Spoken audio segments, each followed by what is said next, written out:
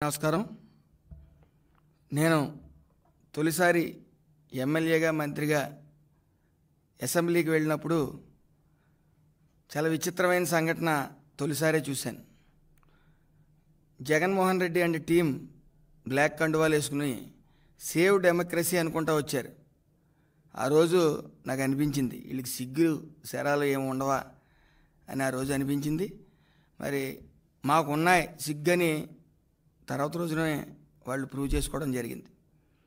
తర్వాత రోజు నుంచి అసెంబ్లీ జరిగిన నాళ్ళు కూడా ఏ రోజు అసెంబ్లీకి రాలేదు.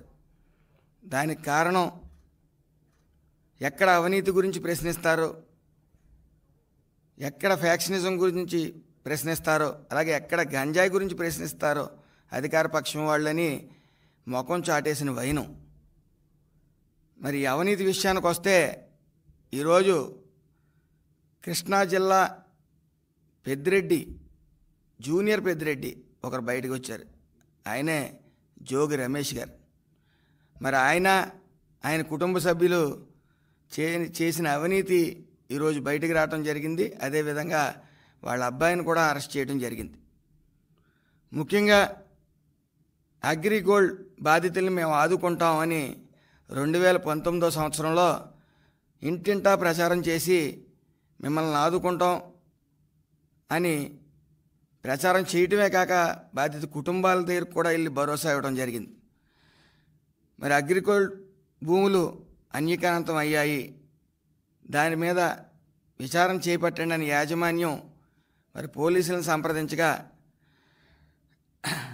అధికారులు సుదీర్ఘ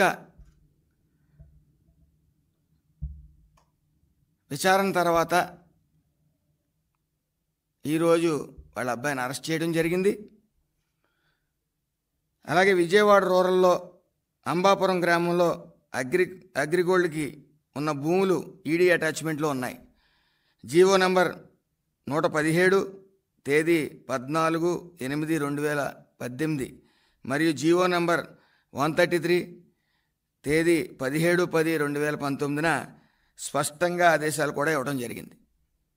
విజయవాడ రూరల్లో అంబాపురం గ్రామంలో సిఐడి అటాచ్మెంట్లో ఉన్న భూముల్ని జోగి రమేష్ కుమారుడు జోగి రాజు, అలాగే రమేష్ బాబాయ్ జోగి వెంకటేశ్వరరావు గారి పేరు మీద ఉన్న సర్వే నంబర్ 88లో 2160 చదరపు గజాల భూమిని కొనుగోలు చేశారు.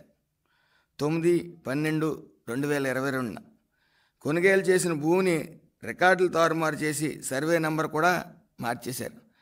సర్వే నంబర్ 88లో భూమి కొనుగోలు చేసి అది సర్వే నంబర్ 87గా మార్చాలని చెప్పి అధికారుల మీద ఒత్తిడి తెచ్చి మరి స్వీయ దిద్దుబాటు దస్తావేజులంటూ దరఖాస్తు చేసి రికార్డులను కూడా మార్చేశారు. మరి అలాగే ఆ భూమిని తేదీ 31/5/2023 సుబ్బారెడ్డి కుటుంబ సభ్యుల నుంచి సుబ్బారెడ్డి కుటుంబ సభ్యులకి విక్రయించడం జరిగింది.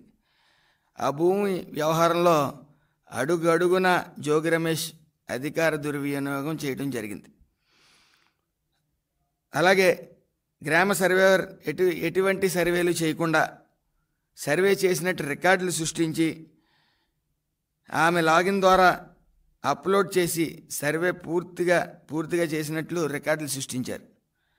అదేవిధంగా సర్వే సమయంలో సరిహద్దుదారులు కిరణ్ రాంబాబులకి నోటీస్ ఇచ్చినట్లు, వాళ్ళు దాన్ని నిర్ధారించినట్లు చెప్పారు. వాస్తవానికి వాళ్ళు ఎటువంటి నోటీసులు అందలేదు, వాళ్ళకి ఏ పుణ్యం పాపం కూడా తెలియదు. అదేవిధంగా ఈ విధంగా అధికార దుర్వినియోగం పాల్పడి అగ్రిగోల్డ్ భూములను దక్కించుకుని విక్రయించి ఈరోజు మరి జోగి రమేష్ బీసీ కార్డులు వాడుతూ ఉన్నాడు. అసలు జోగి రమేష్కి అసలు సిగ్గుందా అని అడుగుతా ఉన్నాను.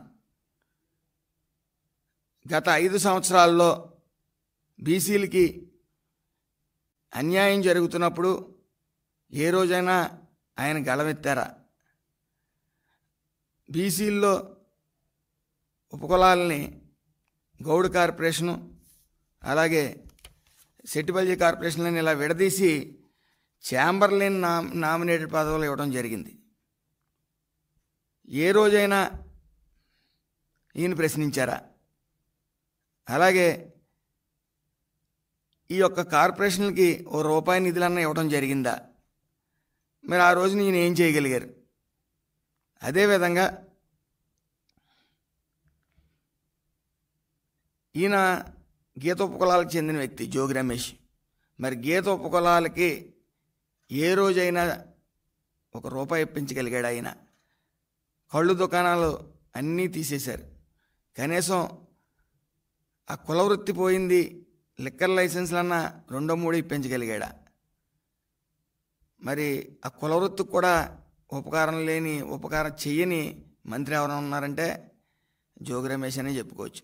పోనీ కుల వృత్తి వదిలితే ఆయన సొంత కులస్తుడు అమర్నాథ్ గౌడ్ని పెట్రోల్ వేసి తగలబెట్టేస్తే ఈయన ఏ రోజన్నా ఇంటికి వెళ్ళి పలకరించగలిగాడా? కనీసం ఏ భరోసా ఇవ్వకుండా వాళ్ళని పలకరించకుండా మొఖం చాటేసిన వ్యక్తి ఈరోజు బీసీ కార్డు కేసులు ఇరుక్కుని వాళ్ళ అబ్బాయి ఇరుక్కున్నప్పటికీ, అతను చేసిన అవినీతులు బయటడినప్పటికీ ఈ కులం కార్డు వాడుతూ ఉన్నాడు ఈయన.